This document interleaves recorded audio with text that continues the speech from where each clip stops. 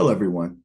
Welcome to our webinar hosted by the American Public Human Services Association, or APHSA, in partnership with EY. Today's webinar topic is helping your agency find and draft applications for grant funding opportunities using AI and data. Next slide, please. My name is Alex Claremont, and I'm the Senior Content Writer here at APHSA. I would like to take a minute to share with everyone an overview of APHSA and the work we do for and with our members. APHSA's membership organization represents states and local health and human services agencies from across the country through the top-level leadership. Next slide. We aim to deliver for our members through three core channels: influencing modern policies and practices with the goal of strengthening communities, building capacity through our conferences, technical expertise, publications, and OE consulting practice, and connecting members across a wide circle of stakeholders in the human services sector with key partners. Next slide. And speaking of connecting members, I invite you all to save the date for the next APHSA conferences being held this year. First is our National Human Services Summit being held this June in Crystal Gateway, Marriott in Arlington, Virginia. Also keep an eye out for Economic Mobility and Wellbeing Conference happening in August in Portland, Oregon. In October, we'll be hosting the ISM PHSA convention in Aurora, Colorado. You'll also see on the slide information for our NSDTA Education Conference. Check back on the APHSA website for more information on each of these conferences, including when registration opens.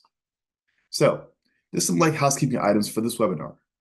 During the presentation, we'll be requesting that you put your questions for our presenters in the Q&A panel, rather than the typical Zoom chat feature. If possible, panelists will try to answer questions during their presentations, but there will also be time left at the end for questions. This webinar is being recorded, and it will be shared with all registrants in the coming days. Now it's my pleasure to introduce the moderator for our panel discussion, Amy Jones, U.S. Public Sector AI Market Lead at EY. Amy? So much, Alex. I am thrilled to be joined by Kadedra Smith and Fanny. And so I'm going to give them a quick moment to introduce themselves. Kadedra? Hello, I'm Kadedra Smith. I am the Senior Grants Manager with the Oklahoma Department of Mental Health and Substance Abuse Services. Kadedra, can you give us maybe one fun fact about your job? Oh, yeah, sure. I would say a fun fact is with our group, we are always trying to find ways to improve our processes. So we have the ability and the opportunity to be innovative when we're trying to find just ways to improve our processes. So we always are looking into ways that we can improve our processes and looking into like the latest technologies to help with how we're managing our grants. I personally have seen quite a bit of innovation, so I'm excited to talk about that today. Fanny? Great. My name is Fanny G. I'm a product manager at EY Consulting. I actually came from data world. So previously, before joining EY, I had 16 years experiences across B2B and B2C focused on analytics and strategy. Thank you both for joining us today. Excited to dive in on grants. Kadedra, you are representing the Oklahoma Department of Behavioral Health and Substance Abuse Services. Can you, besides the mouthful of a name, can you tell us a little bit more about the agency and the use of grant funds? Yeah, so yes, I work with the Oklahoma Department of Mental Health and Substance Abuse Services. So we also call it ODMHSAS, which is also a mouthful. But with the department, we are pretty much a state agency for Oklahoma. So we help, like in the name, with mental health and substance abuse services. So our agency we have different departments, and we offer services in prevention, where we're going out to the schools and the universities, and we're helping them with preventative measures and preventative services. We also have treatment as a service, where we're working with those in need of treatment, and we're offering treatment and counseling and different services that they need through that. We also have recovery services, where we're helping those in the recovery process. We're helping them with housing, finding employment, and just different things as they're navigating through their recovery. We have state-operated facilities. So with those state-operated facilities, we are helping with counseling. We're helping with um, hospital stays, and we're also partnering with different facilities throughout the state of Oklahoma. So with us being a state agency, we work with many different departments, many different organizations who are offering mental health and substance abuse services as well. So we work with a lot of community mental health centers, and through those partnerships, we're offering services and just needed programs that are needed throughout the state. And we also offer trainings because we're working with different agencies and different groups who are helping service those in need of Oklahoma. We're offering training with our agencies so that those who are counselors, those who are therapists, they're getting their certifications to help those who are in need of services. And they're also, and we're helping them with the certifications, and we're helping them just stay up to date with evidence-based practices as well as they're giving those services and providing those services to those in need. And you asked about the grant process. Oh, yeah, and so our grant process, I was like, I was talking so, okay, so the grant process. Also, our grant process, because we offer a lot of services with our agency, we also we look into many different grant opportunities out there because we are a state agency and we're working throughout the state of Oklahoma to provide services.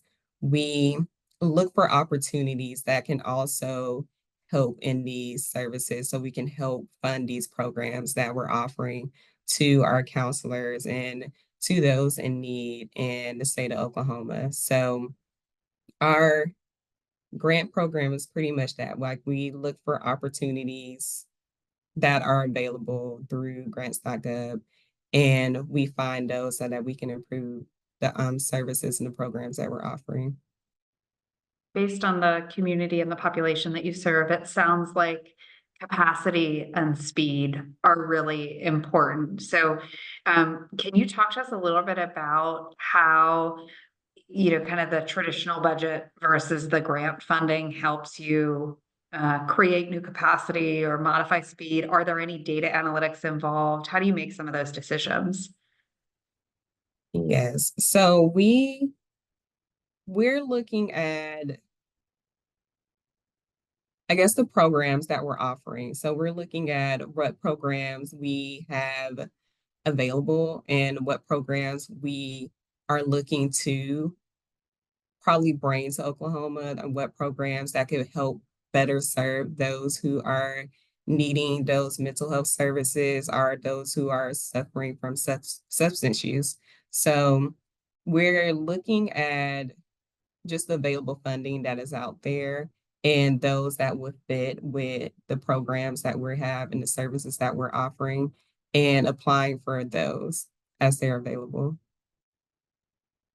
So maybe a little bit more specifically, how have you been using data and AI to help find those grants, help identify new funding sources, and then match them with the programs that you've got intention to build out?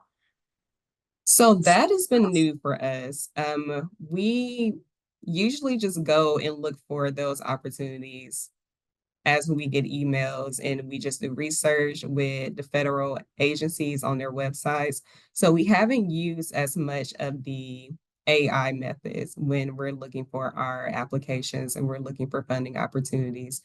As far as data, we kind of go based on what has been available, what we've done in the past. So a lot of our opportunities and just the things that we're applying for, we're looking at programs that we've done, the success rate for those programs that we've already completed, and how we can improve on those programs and what programs work. So we're looking at the past programs and the things that we learned from those and the data that we gather from those previous programs, and improving when we're looking for additional funds. We're looking for ways that we can improve what we've already applied or what we already done and how we can improve those programs that we already completed. Mentioned that this is a little bit new. Have you seen any emerging benefits for the program, just kind of leveraging some automated capabilities? Yes, definitely benefits. So when we are applying for grant opportunities, of course, we apply for, we see maybe 40 to 50 different opportunities that could be something that would be helpful for our agency. And we'll probably apply for half of those when we write and when we decide to apply.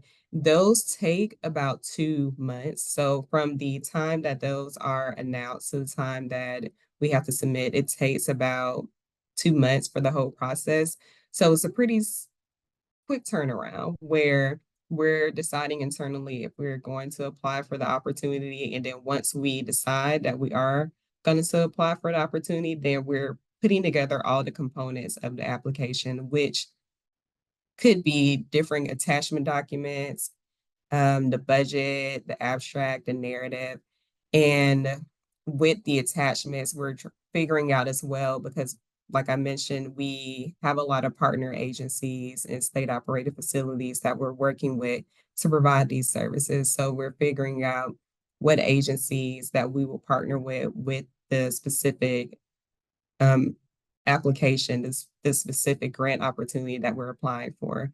And once we figure out who we're working with, then we put together the narrative, which, because there are so many different components of it, it can take a lot of time. So when we learned about there's something where it would help generate AI applications or generate the program narrative part of the application, we thought that that would definitely help with the time that it takes to complete the actual narrative part of the application, since it's a quick turnaround being 2 months from the beginning to the end to submit. So just having like something just help with the process is something that we wanted to learn more about. And we definitely see the benefit in that.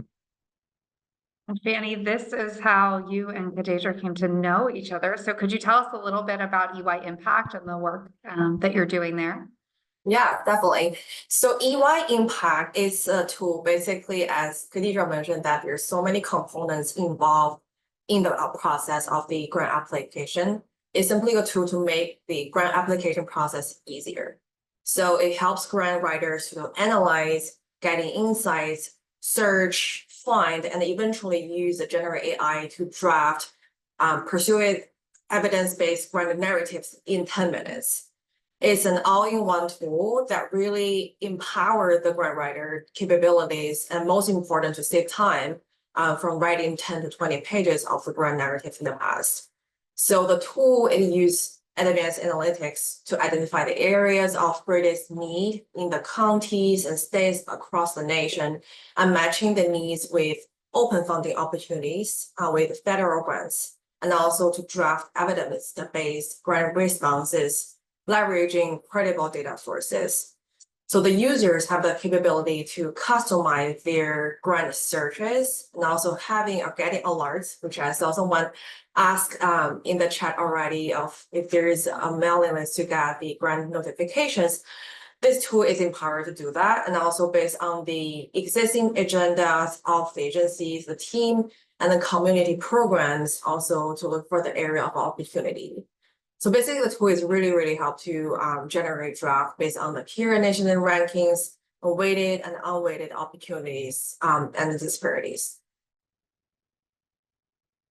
Can I double click into something you said? So you mentioned several different components, data, benchmarking, identification of needs.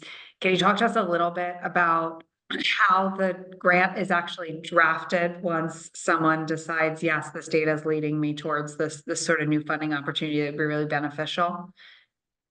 Exactly. So think about the tool. I wish I can demo the tool, but basically the whole process flow within the tool itself, it matches today what we have in the grant narratives. So the first step is to identify the population of focus. And with all the data sets we have in the tool, That's basically where you can check the components is okay, there is a health factor that is related to the grants that I'm applying for. Here are the things I do want to include it in the data sets. And the tool itself will basically go into the data pool, looking for the components you pulled, and then presenting you the population of focus within the narrative. And the rest of the process is basically matching again the sections within the narratives that we saw from every novel, and would match the sections, the content that's needed, and using the population of folks that was identified as a step one.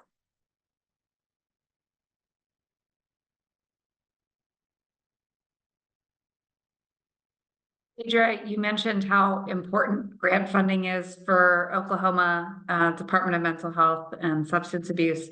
Could you describe some of the pain points that you experience when applying for that grant in such a short turnaround? Yeah, so we're looking at everything. Like once we figure out that we're applying for our opportunity, we're looking at all the pieces that need to be put together so that we can successfully submit. So we're looking at the narrative and getting that completed. We're looking at the budget.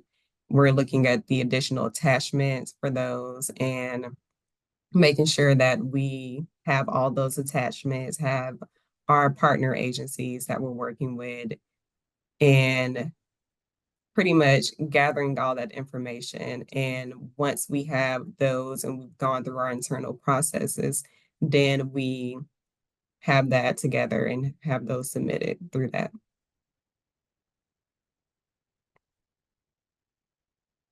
When I think I heard a couple of things. One is just kind of gathering the data.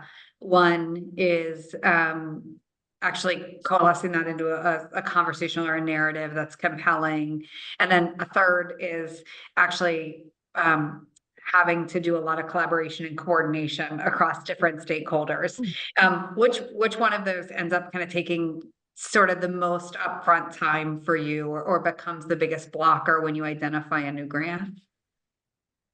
Yes, I will say between the beginning processes where we're deciding to apply for the grant, so the planning stages will take a lot of time. And once we plan, then the narrative can take a lot of time because we're putting together the pieces from the agencies that we're working together. We're working with many different departments to put together our narratives. We're working with our data division to collect information. We're looking at the past information, if it's related to the program, and including that information as well.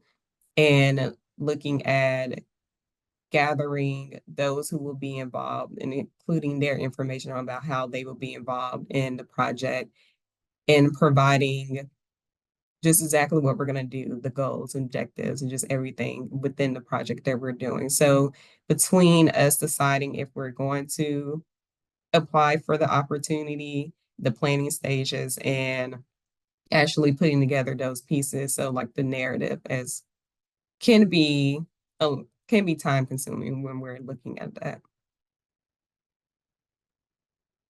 Erin, can I maybe come back over to you? What's been the experience that you've had collaborating with Oklahoma on this kind of brand new initiative to use some emerging technology to help improve these pain points? Yeah. So we're currently working with Kadedra's team to basically apply for the upcoming grants, and also collaborate with the data analytics team. The grant writers really learn their process of the step-by-step prep for the grant application. Then we identify the further opportunities to translate the process they're doing today into our tool to really provide a seamless flow in EY impact. So as the challenges that Kadedra mentioned, that with the EY impacts, basically the goal is to have a one location to search for the grants and then generate on the spot responses. Also, it will be automatically able to pull the statistics that will demonstrate the need and suitability for the grant.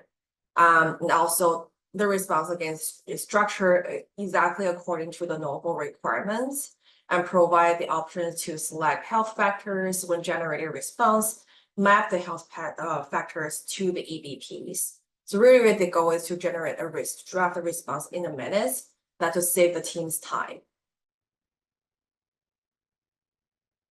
And you just quantified something that typically can take weeks just to get the data together, just to write the first draft of the response. To restate, I heard minutes. And when you say minutes, that's inclusive of credible data sources, and that's inclusive of referenceable kind of information. So it's not just a shell of a compliance outline, it's actually kind of the full host of information. Exactly. So there is a 5-step flow that the grant writer would go at step 1. What are the population you want to target? So it's basically exactly the process that Kadedra's team they're doing today, collaborating with a lot of people, data people, other grant writers, other agencies. But there's something that all in one that can be basically combining the 5-step process. And the final narratives is generated based on the 5-step components that the user selected. So it's not only a shell. I know a lot of people will think like, oh, maybe ChatGPT can just do it. Like, why will be using a tool pay extra money for this? ChatGPT is great, but the way it is open sources to all kind of data. There's no prompt that preps the tool that you can target at the grant application.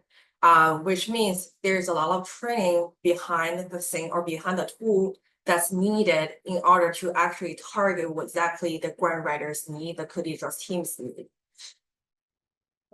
Kadedra, while writing the grant applications with this data is really compelling, and it sounds like a huge time savings, are these data analytics also useful to benchmark and determine, long-term the efficacy of the programs and where additional funding might be needed in the future as well?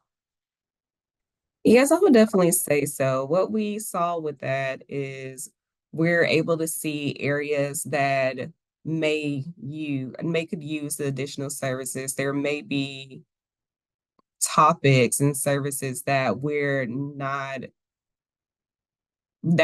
currently not servicing, that we're not including with our grant applications. So we see additional information about those areas that may be lacking in services, and looking at the services and the items that we can do, the programs that we can have in those areas.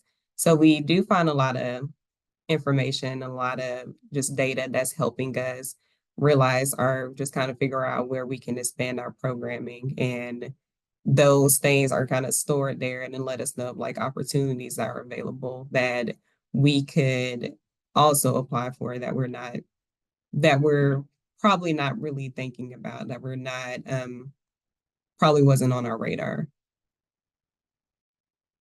I understand that there's a lot of compliance components, but I'm sure Oklahoma has a very discrete perspective on their programs and the way that they like to describe, yourself.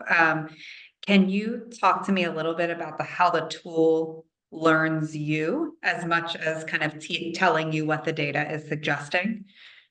And that, Fanny, maybe that over to you. Yeah, definitely. So I would say the tool itself, one of the great thing about this collaboration between Kadedra and us is we are constantly improving the tool, basically on a day-to-day basis. If there are data sets that are not existing in the tool, that we're able to basically collaborate with Kadedra's data team to use the export data from them. And the one note on that, we are not storing any data in our platform for data privacy for you guys. Is just the exported data that will be feeding into the final narrative generation. I mean, we have a question in the chat that might be better served as a conversation. I can certainly follow up in the chat, but could you talk about the upfront work needed to customize the tool? What level of effort is required? And actually, a similar question in the chat is, what sort of inputs does the tool use to incorporate information? So can you talk to us a little bit about the data sets that exist within the tool as a baseline, and then some of that customization during the initiation phases? Definitely. So this tool had a lot of upfront work. It was developing, I'll say like last year, basically collected all different kind of data from the CDC peer group, as well as regression analysis of the health factors, health comps. There's a lot of data that we include today, and there's still opportunities to import more data that's more focused on the state level, county level. So it also have basically all the health factors that is included in the tool as well as behavioral health data sets and public health data sets. So more specifically, the National Survey on the Drug Use and Health, that we also have that in our data sets. The CDC and other federal agency data is also included.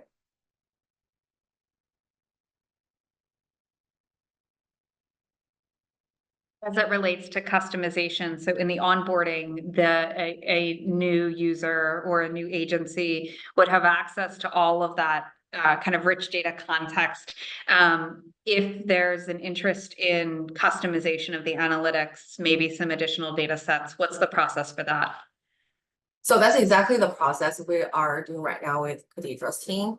So we offer 10 to 15 users to use the tool, basically for 2 to 3 months to play with the tool, get used to the tool. We also offer training sessions to learn about how to use the tool at the first part of the evaluation period.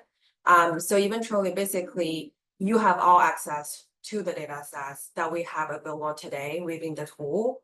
If you see there are data sets that not exist, but your data team or use constantly, will be able to actually putting that into the tool or next to the tool as well, that you can use that as a part of the AI generated narratives. So you have a full access to it.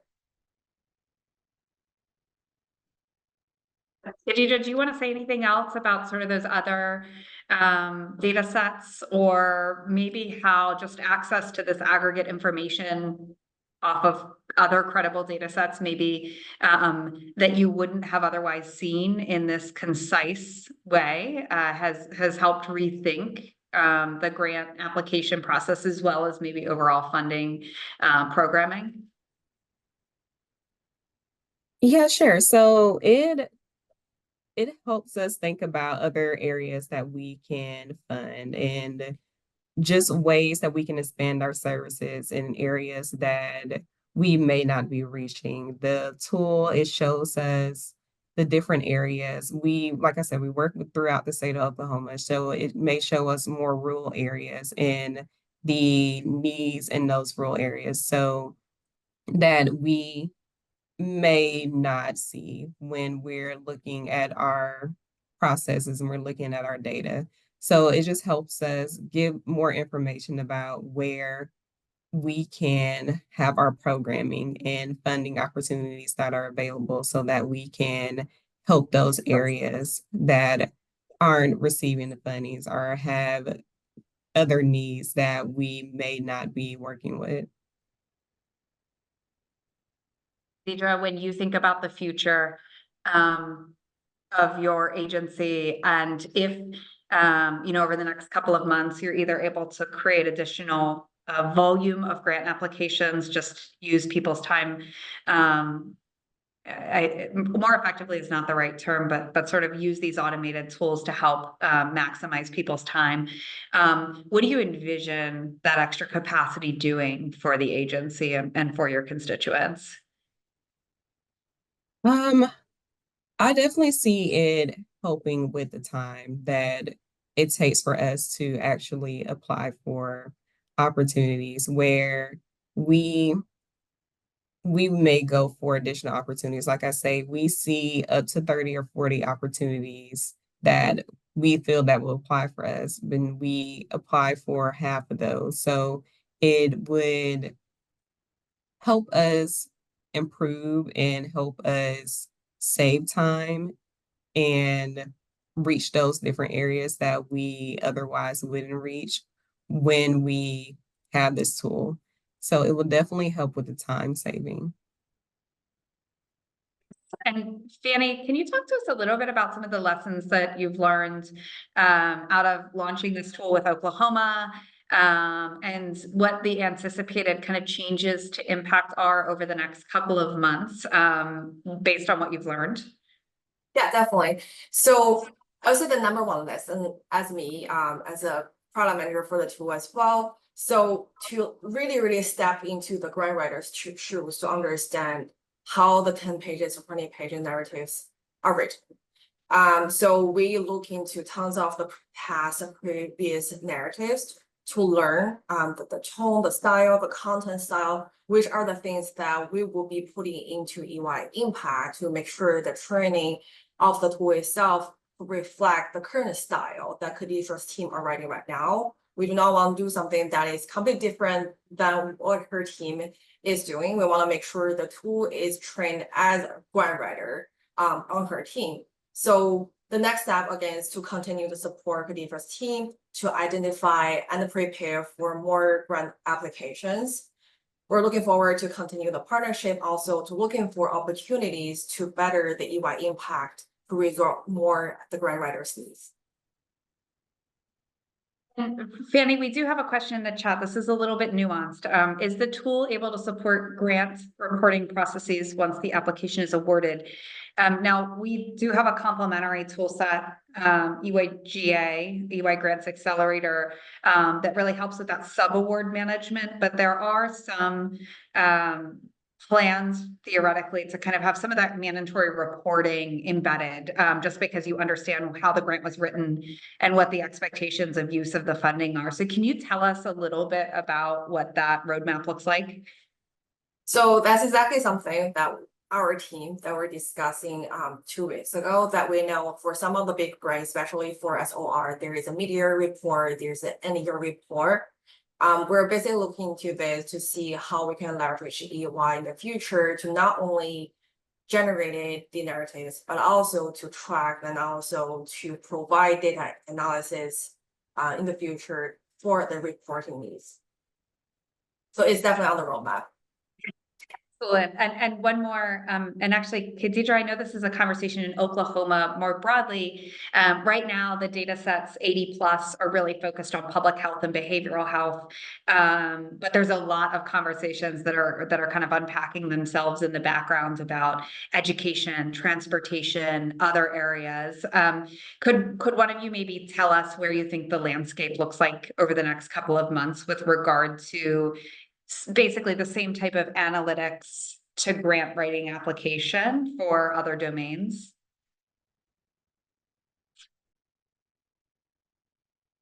Annie, do you want to take that one? My internet was a little bit breaking up. Do you mind just repeating? Oh, I'm so sorry.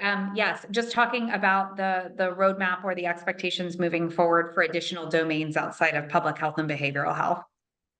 Yeah, so we are, and there are opportunities coming to us already to look into other domains beyond healthcare. There are opportunities that we're talking about already, that to see how we can leverage the tool that not only for grant application writing, but for beyond data analytics and providing insights. But Kadedra, obviously none of your grants are in a vacuum. You talked about all of the stakeholders and how many different support systems there are. Where do you envision kind of being the next, you said schools become really kind of a critical component of some of your delivery model. Could you talk to us about where you think some of these domains naturally fit in with each other?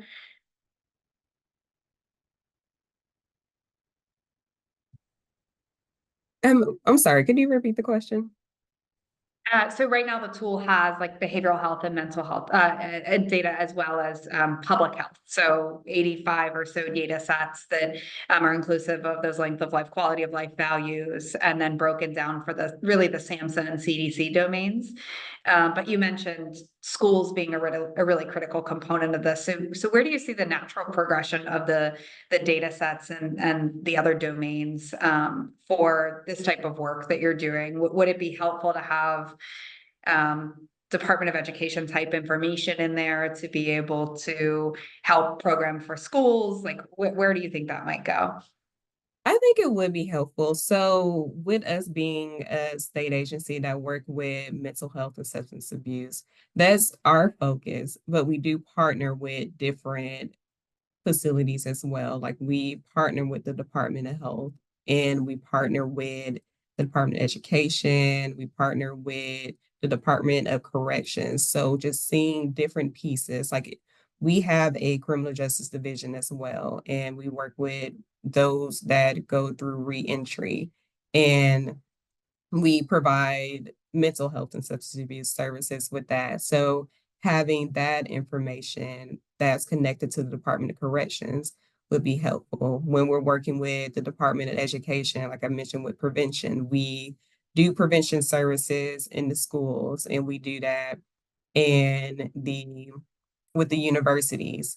So having that piece that gives us information about the university numbers and telling us more about the school systems with the Department of Education. So just there's it's so broad, like thinking about mental health and substance abuse, like just the areas that we work with. You mentioned transportation, like we have transportation services when we're doing recovery services and we're working with our community mental health centers. So there's definitely different areas where if we have additional information about that, we can fulfill all the different services. It's not just thinking about behavioral health, but it's just thinking about the education and the corrections and the transportation, how they're getting there, just all the different components coming to that are a part of what we're doing. It's just like the everyday functioning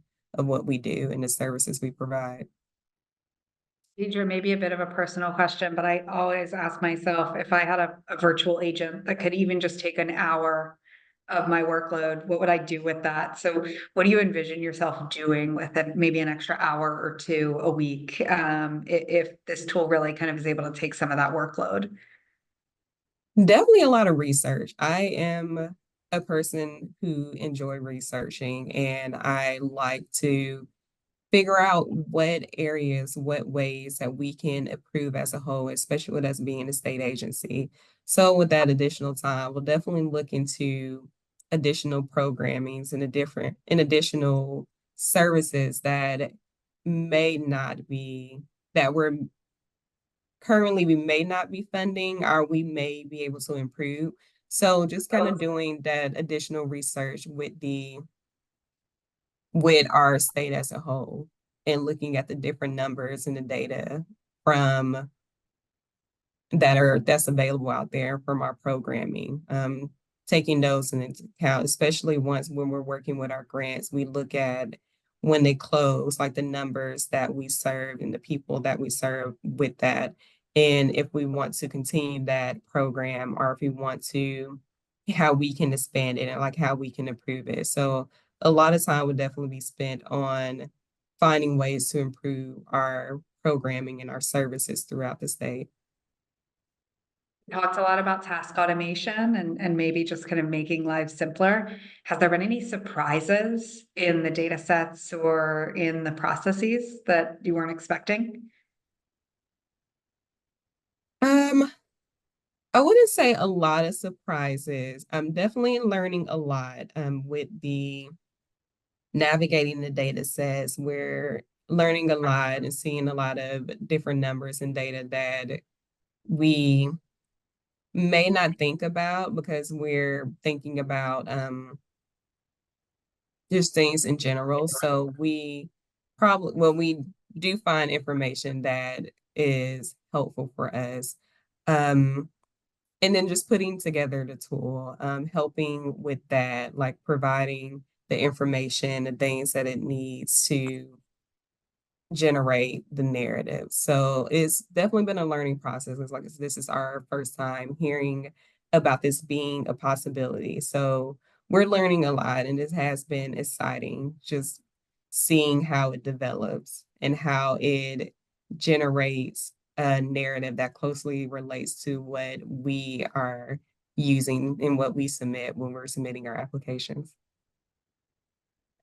Fanny, there have been a couple of questions around disparity measures and the ability to look not just kind of within counties and across counties, but across different population demographics. Could you give us a little bit of detail on that as well? Definitely. And I also want to echo on the part Kadedra mentioned about the research. So for the EY Impact, it's not only a tool that you can generate 10 pages, 20 pages grant narratives, you also have the capability to explore the data. When I say data, it actually gives you very intuitive data insights already within the tool that you can compare the health outcomes in your state and compare your county to its peers to identify where the target attention could have the biggest impact. So as I mentioned that there are two major data insights within the tool, the public health as well as the behavioral health. And within the public health, we basically, you can see the rates and how across the 30 key factors and how each county within the states is contributed to those ratings. As well as for the behavioral health part, you're able to see on the county level compared to within the nation level as well as the state level. So it's basically doing a data scientist work already with the tool that you have the capabilities to dive into the data itself to understand the population. Thank you. And Kadedra, I'm interested. We've deviated a little bit from the grants, but I'll pull it back a bit. When you write a grant application, and I'm sort of not sure what the probability of win is or how typical it is, maybe not to receive funding, but do you ever get feedback on the strength of the grant application that you can then leverage, positive or negative, for the next round, whether it be the same grant stream or maybe new revenue opportunities? Yes, we usually do receive feedback when we submit an application, whether we receive it, if we're awarded, or if we're not awarded the opportunity, we will receive feedback. Mainly, well, I'll say feedback with our Health and Human Services application. When we receive those, we will always get an email letting us know of our score with those. So we use those, we'll read those, and if we're awarded, then we'll look at those key points that we did well on, and look at those that we may need to improve just so we know. And for those that were not awarded, we look at where we can improve, and if usually the opportunity is available again the next year to apply again, we look at those points and use those for when we're applying the next year to improve our application for when we submit. Annie, can you talk to me a little bit about the technology and how this sort of feedback loop might be integrated into not just that one particular grant, but kind of across the board? Definitely. So this is one of the great use case that we discovered during our collaboration with Kadedra's team, specifically using the scoring card, what I call it, to within the model itself to say, okay, this narrative is rating as 80 points, and it will tell you which section need more attention and tells you why it's more attention, what's more is needed. So it's more like a pre-scoring already before you turn this actually back to the agency. So this is some tools that our team is working on right now to make sure that the scoring will be something that also be part of the generated narratives. So this new feature, it will basically take that drafted response theoretically with some human in the loop, kind of development of editing, and then actually score it against the compliance criteria from the granting agency. Exactly. provide some feedback on material weaknesses, or like, how do you envision that kind of loop happening? I think it's a pretty powerful, that also giving the grant writers more confident with when they submit the application itself. One great thing about the novel is it gives you pretty good details about what they're looking for. And those are the details the tool itself will be needed in order to make the scoring actually work. So I definitely see this is something that would empower the grant writers for sure, that to score the outcome, the output of the narrative before they submit this, in order to eliminate the failures or low scores. Excellent. Fanny, this is something that comes up. If there are multiple agencies using the tool, and it sounds like the analytics will drive them towards different community needs and therefore different grant opportunities. But how do you make this sort of so uniquely Oklahoma in the response? So we have personas targeted for your needs only, and we make sure that programs or the customized things that you put in the tool, that's only visible to you. So I would say it's basically customized for every state or every agency. There are shared data sets, which are the public data sets already, which are the data sets that you see today in the public is now something that are private. So those are the data sets that all the states would see.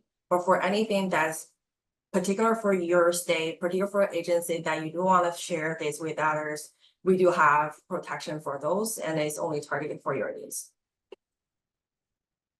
Kadedra, was that ever a concern for you, and how has that sort of been assuaged, or have you become significantly more comfortable? I'm just curious what your thought process was on that. Yes, that was something, especially when we're talking about data and our different data that we may be using that that I guess isn't like the standard public data. So it was concerned with that. And just like because we are sharing narratives that we submitted from the past. So that was definitely a concern on making sure this information is specific to us and only us having access. But with the system, we were granted for a couple of people in our agency to have access to see this. So it was limited on who can access the specific tool that's connected to our organization. And we're able to utilize that, and the narratives that we submitted, those were used to help generate the narrative to specifically read and sound like our agency. So it was very personalized to what we're doing as an agency. So wasn't concerned in the beginning, but just kind of after working with each other, answering those questions or asking questions, them answering those questions, it helped us be more comfortable and understand better the tool and how it's working and those who have access. We have a question in the chat that is well above my pay grade. Do you see in the near future a decision maker's ability to grant or not grant funds being automated? So AI is sort of taking the human interaction away. Do you anticipate something like that might emerge? Kadedra, I think this one's for you, unless Fanny, you have an opinion on it. Okay. Yeah, and I actually I don't know, but I'm just kind of speaking on the way things have evolved. We're seeing AI pretty much everywhere, like with commercials and advertisements. And I think, and I mean, even in the school systems, they're using ChatGPT for reports. And it's not where it's banned, where they can't use ChatGPT, but it's just just reworking and draft, like it should be used as a draft. So they're kind of using that to kind kind of come up with a final product, just like kind of reworking it, changing things around so that you have a stronger final product, but not using that as the final product. And I think this is similar to that, where we aren't using the model and submitting it as is. We're using that as a draft and changing things around and just kind of using that as like a helpful guide of this is some data points that you can use. This is some areas that you may not have thought about that you can include, and changing, of course, like it's sounding more like us changing around things and submitting it. So I see it more as a tool of support, like we're using it as something to kind of help us draft something and then submitting. So with I feel that it wouldn't be so much a law or something that we aren't able to do it, but it's just kind of the way we do it, how we're drafting those and using those, and just making sure we're not relying completely on it. There has to be some human touch, because if we're just submitting exactly what the system said, then everything will sound the same. Like when we all are submitting um our applications, it will all sound like AI wrote it.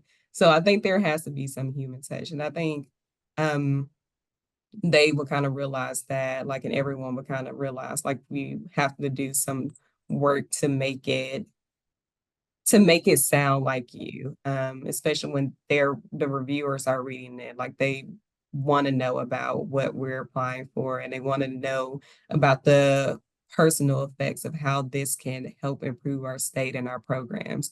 So I believe there has to be some touch from a person actually helping improve the narrative and working on it. But um yeah, just having some support. I feel like that's the direction that we're going in as a whole. I won't say relying, but just using AI to help support what we're writing. What I'm hearing is there's a ton of efficiency to be gained between 0 and 100, where 0 is no AI and 100 is full automation, that the data can help us be more efficient with the funding. Some of these new AI tools with language can help write things a little bit faster and just sort of be a +1 with you. So I think I like that perspective. I like the optimism. We have, Kadedra, one question that's been lingering in the Q&A. How much grant funding do you bring in annually for the department? If you feel comfortable answering that. Yeah, it varies. I'll say on average it's 80 million that we would bring in with grant funding. Of course, there was a huge spike when we had COVID. So just depending on what things are going on, if there's like an large, because we deal with mental health and substance abuse, if there is a large opioid crisis or just something dealing with substance use, we may see additional funding through that. But on average, we are looking at around 80 million.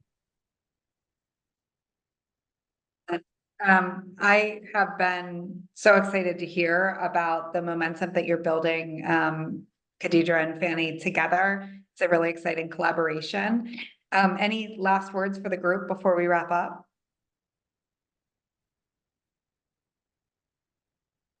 Fanny, you want to send us off? I will say, for the toys of EY Impact is there are a lot of opportunities to make it not only for the grant writing process, but also to like track, to give alerts, to analyze the stuff. So there's tons of customization things we could do. And also for the generate AI narrative style is maybe better that if you use the ChatGPT today, it's actually using the style that grant writer are writing today in a human tone that is tailored to your agency. So really, really depends like how the prompts are training. the tool itself to be making it more powerful. So email me if you have any questions, if you're interested in the tool. We're happy to share more details about how the tool can help your agency. Thank you both so much for your time, and thank you all for joining us out there on the internet. We truly appreciate sharing this story. And contact information is available if you'd like to learn more from Kadedra or Fanny. Thanks so much, all. Great, thank you.